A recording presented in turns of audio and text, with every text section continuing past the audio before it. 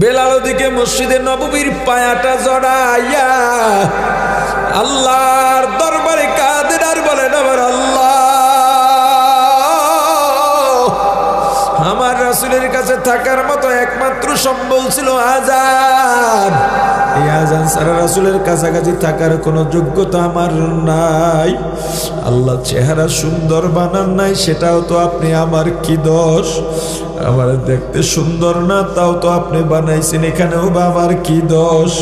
আমার কণ্ঠ ভালো না, সেটাও তো আপনি দিছেন, এখানেও বা আমার কি দোষ? এমন কি অন্যায় করলাম? কেন আমাকে রাসূলের পাশ থেকে সরাইয়া দিছে? বেলালের কান্না আরো সে চলে গেছে।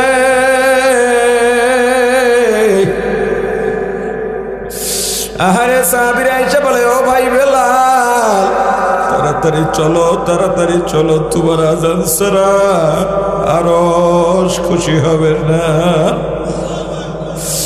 বেলালের আযান ছাড়া সূর্য উঠবে না। একজন কালো মানুষ, দেখতেও সুন্দর না। হে বেটে ভাই, আফসোস করিস না, আল্লাহ কালো বানাইছেন, আফসোস করিস না রে ভাই। গরিব বানাইছেন, আফসোসের কিছু নাই। বেলালের মতো রাসূলওয়ালা হয়ে যান, নবীওয়ালা হয়ে যা। আমার রাসূল ইন্তেকালের পরে হযরত বেলাল মদিনা ছেড়ে চলে গেছে, দামেস্কে চলে গেছেন। অনেকদিন পর আবার মদিনায় ফিরছে। রাসূলের বিয়োগ বেদনা সইতেই পারে না, সইতেই পারে না। রাসূলের আশিকরা তো সইতে পারার কথাও নয়। হযরত বেলাল মদিনায় ফেরার পর মদিনার লোকজন খবর পাইয়া সব ভিড় জমাইছে বেলালের আশপাশে, মানুষের ভিড়। আর সবারই একটা আবদার, ও বেলাল ভাই, একটু আযান দাও, আযান দাও, আযান দাও। বেলাল ডাক দিয়া বলে, ভাই রে, আমি আযান দিতে পারবো না, রাসূল নাই, আমার আযান কাকে শোনাবো?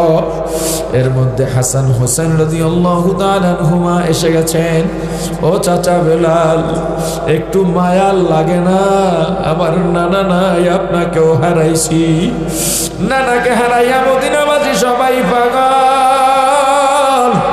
আপনি আসছেন, আপনার খবর পেয়ে আপনার শরীর থেকে আবার ডাডার ঘেরাট পাওয়া যায়।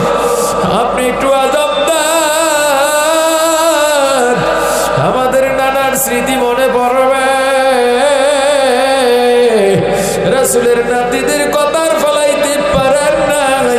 হযরত বেলাল আযানের মধ্যে দাঁড়াবার আগেই কান্না শুরু হয়ে গেছে।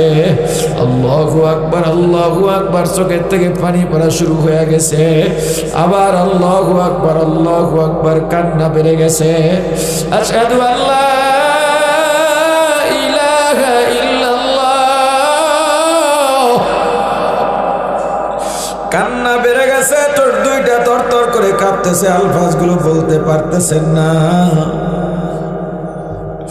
এবার যখনই বললেন আশহাদু আন্না মুহাম্মাদুর রাসূলুল্লাহ, হযরত বেলাল আর নিজেরে ধরে